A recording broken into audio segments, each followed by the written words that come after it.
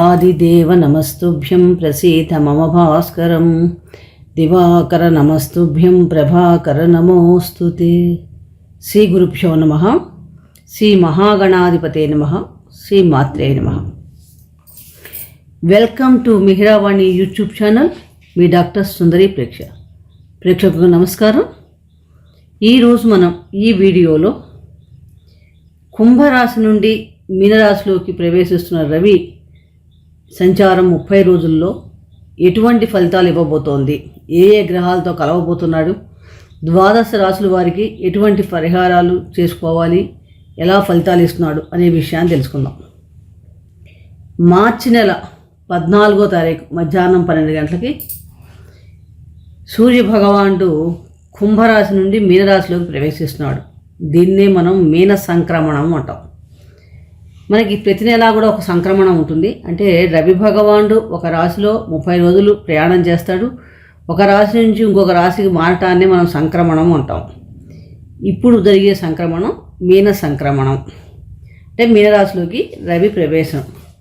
ఈ మీనరాశిలోకి సంక్రమణం ఈయన రవి భగవానుడు మార్చి 14 నుంచి ఏప్రిల్ 13 దాకా కూడా మీనరాశిలో సంచారం చేస్తూ ఉంటాడు. ఈ 30 రోజుల సమయంలో రవి భగవానుడు గురు నక్షత్రమైన పూర్వభాద్ర 4వ పాదం మీద, అలాగే శని నక్షత్రమైన ఉత్తరాభాద్ర 4 పాదాల మీద, బుధ నక్షత్రమైన రేవతి నక్షత్రం 4 పాదాల మీద కూడా సంచారం చేస్తాడు. రవి మీనరాశిలో ప్రవేశించే సమయానికే మనకు అక్కడ బుధుడు రాహు కూడా సంచారం చేస్తున్నాడు. రాహు మాసం అంతా కూడా మీనరాశిలో సంచారం చేస్తాడు. బుధుడు 25 దాకా కూడా మీనరాశిలో సంచారం చేస్తున్నాడు. ఈ సమయంలో ఈ రవి భగవానుడు బుధ రాహులతో కూడా ఈ సంచార సమయంలో సంయోగం చెందబోతున్నాడు. జ్యోతిష్ శాస్త్ర ప్రకారం మనం చూసినప్పుడు రవి అంటేనే గ్రహరాజు, సూర్యుడు. ఆరోగ్యం భాస్కరాదిచ్చేజ్ అని మనందరికీ తెలుసు.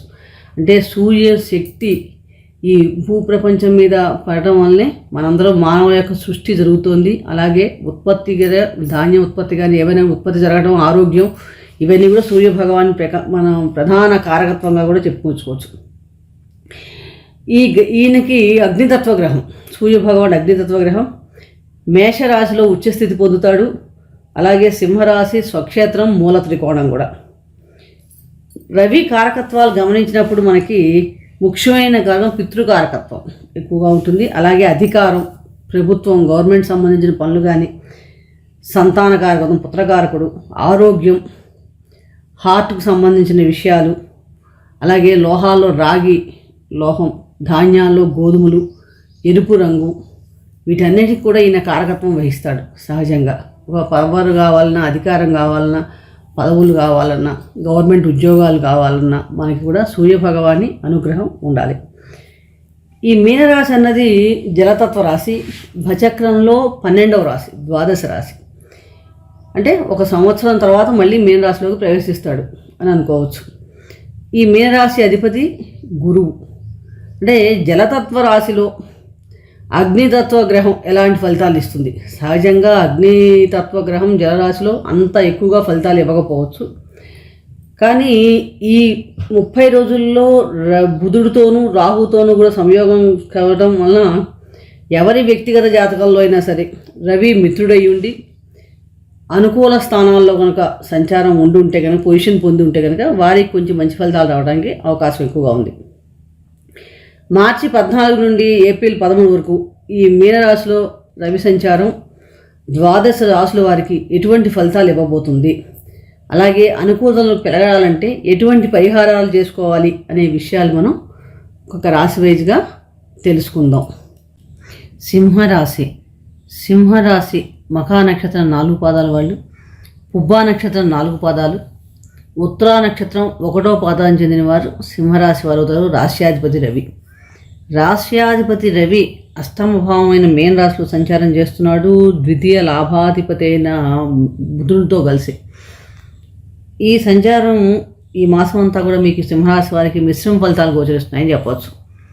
ముఖ్యంగా రాశ్యాధిపతి రవి అష్టమ భావంలో సంచారం చేయడం వలన కొంచెం వ్యాపార భాగస్వాములతో కానీ, స్నేహితులతో కానీ పై మీ చుట్టుపక్కల అధికారులతో కానీ చిన్న చిన్న సమస్య ఏర్పడే అవకాశం ఎక్కువగా ఉంది.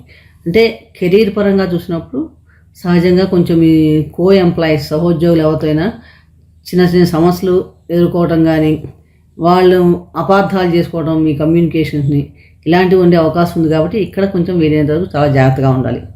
అలాగే వ్యాపారం చేసేవారు ఎవరైనా సరే మీకు అంత అనుకున్నంతగా పెద్ద పెద్ద పెట్టుబడులు ఈ మాసంలో పెట్టకుండా ఉంటేనే మంచిది. ఆకస్మిక ధనలాభ సూచనలు ఉన్నాయి. అలాగే ఆకస్మికంగా ధనం నష్టం జరిగే అవకాశం కూడా కనిపిస్తుంది. అంటే అధిక స్థాయిలో పెద్ద పెట్టుబడులు మటుకు ఈ వారం పెట్టేటప్పుడు 1-2 సార్లు ఆలోచించి పెట్టండి. అలాగే మీకేంటంటే ఈ మాసంలో మీ వ్యాపారం చేసే వాళ్ళకి కొంచెం మార్పు చేసే అవకాశాలు కూడా కనిపిస్తుంది. సడన్గా మార్పు వచ్చే అవకాశం ఎక్కువగా ఉంది. అలాగే మీరు ఈ ఏంటంటే ఖర్చులు కూడా ఆకస్మిక ధన నష్టం కానీ ధనం ఖర్చులు అయ్యే అవకాశం కూడా కనిపిస్తోంది. ఈ మాసంలో సంబంధాల విషయం చూసినప్పుడు జీవిత భాగస్వామితో కొంచెం అహంకారానికి సంబంధమైన సమస్యలు ఏర్పడటం కానీ ఈగో ప్రాబ్లమ్స్ రావటం ఇలాంటివి ఉన్నాయి. అపోహలు ఎక్కువ అవటం ఇలాంటివి ఉన్నాయి. కాబట్టి ఇక్కడ కొంచెం వీలైనంత వరకు చాలా జాగ్రత్తగా ఉండండి. ఈ మాసంలో మీకు ఎలా ఉంటుందంటే అనవసర విషయాల్లో కలవ చేసుకోవడం వలన పెద్దల వల్ల కోపం రావటం కానీ శరీరంలో అధిక వేడి రావడం వల్ల కొంచెం ఇబ్బందులు రావటం, అలాగే శత్రువులతో కానీ బంధువులతో కానీ చిన్న చిన్న మాట పట్టింపులు రావటం ఇలాంటివి ఉండే అవకాశం ఉంది. కాబట్టి ఇక్కడ మనం కమ్యూనికేషన్ విషయంలో ఇక్కడ చాలా మటుకు చాలా జాగ్రత్తగా ఉండాలి.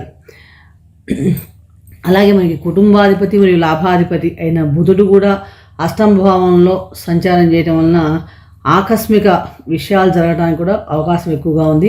అలాగే వృత్తిపరంగా కొంచెం మార్పులు వచ్చే అవకాశం కూడా కనిపిస్తుంది మీకు ఈ మాసంలో. కాబట్టి కొంచెం అలర్ట్గా ఉంటే మంచిది. అలాగే ఆర్థిక పరంగా బాగున్నప్పుడు కూడా ఆకస్మికంగా ఏదైనా జరగవచ్చు. ఆకస్మిక ధనలాభాలు రావచ్చు, ఆకస్మిక ధన నష్టం జరిగే అవకాశం కూడా ఉంది. ఉద్యోగస్తులు కూడా ఎవరైనా ఉద్యోగంలో ఉన్నవారికి కొంచెం హెచ్చుతగ్గులు ఉండే అవకాశాలు కూడా కనిపిస్తున్నాయి. కాబట్టి కొంచెం ఇక్కడ మనం చాలా అలర్ట్గా ఉండాలని చెప్పవచ్చు. కెరీర్ పరంగా చాలా జాగ్రత్తగా ఉండాలి. పెట్టుబడుల విషయంలో కూడా వీలైనంత వరకు స్టాక్ మార్కెట్లో కానీ వీటిలో రిస్క్ వెంచర్లు అంత కొంచెం అనుకూలం కొంచెం తగ్గే అవకాశం ఉంది. కాబట్టి కొంచెం కేర్ఫుల్గా ఉండండి. చూసి ఆలోచించి పెట్టండి. అలాగే ఆరోగ్య విషయంలో కూడా కొంచెం జాగ్రత్తలు తీసుకోండి. పెద్ద ఇబ్బందులు పెట్టకపోయినా కూడా చిన్న చిన్న ఆరోగ్య సమస్యలు ఇబ్బంది పెట్టే అవకాశం ఉంది. కాబట్టి మొదటి నుంచి కొంచెం శారీరక వ్యాయామం చేయటం, ఆరోగ్య విషయంలో కొంచెం హెల్త్ కాన్షియస్నెస్ ఉండటం వల్ల కూడా చాలా మటుకు మనకి అనుకూలమైన ఫలితాలు పొందడానికి అవకాశం ఎక్కువ. మొత్తం మీద ఈ సంచారంలో సింహరాశి వారికి అష్టమ భావంలో సంచారం వలన అంత మిశ్రమ ఫలితాలే ఇస్తుందని చెప్పవచ్చు. కాబట్టి ప్రతి విషయంలో కూడా ఆచితూచి వ్యవహరించండి. అనవసరంగా చుట్టుపక్కల వాళ్ళతో మాట్లాడేటప్పుడు కమ్యూనికేషన్ విషయంలో కొంచెం శ్రద్ధ తీసుకోండి. ఎటువంటి దానికి వాద వివాదాలకి వాటికి వెళ్లకుండా ఎక్కువ ఊహించుకోకుండా దానికి ఎక్కువ తీసుకోండి. అలాగే కెరీర్ పరంగా కూడా మీ అధికారులతో కానీ మీ తోటి ఉద్యోగులతో కానీ కొంచెం ఆచితూచి వ్యవహరిస్తే మంచి ఫలితాలు పొందగలుగుతారు. అలాగే మరింత అనుకూలమైన ఫలితాలు రావడానికి మీరు ప్రతిరోజు కూడా శారీరక వ్యాయామం చేయటం, సూర్యారాధన ఎక్కువ చేసుకోవటం, సూర్య భగవానుడికి ఆదిత్య హృదయ స్తోత్ర పారాయణ చేయడం వల్ల మేలు కలుగుతుంది. అలాగే ప్రతిరోజు కూడా మీరు విష్ణు సహస్రనామ స్తోత్ర పారాయణం చేయడం వల్ల కూడా చాలా మంచి ఫలితాలు పొందగలుగుతారు. కుదిరితే కనుక ఆదివారం నాడు ఎవరికైనా పేదలకి అన్నదానం చేయండి, మంచి ఫలితాలు పొందుతాయి. మరొక రాశి గురించి మరొక వీడియో తెలుసుకుందాం. ఈ వీడియో మీకు నచ్చినట్లయితే లైక్ చేయండి, షేర్ చేయండి, సబ్స్క్రైబ్ చేసుకోకపోతే సబ్స్క్రైబ్ చేసుకోండి. రాబోయే వీడియోలో మనం క్రోధీ నామ సంవత్సరం ఫలితాలు కూడా తెలుసుకునే ప్రయత్నం చేద్దాం. సర్వే జనా సుఖినో భవంతు. శుభం భూయాత్.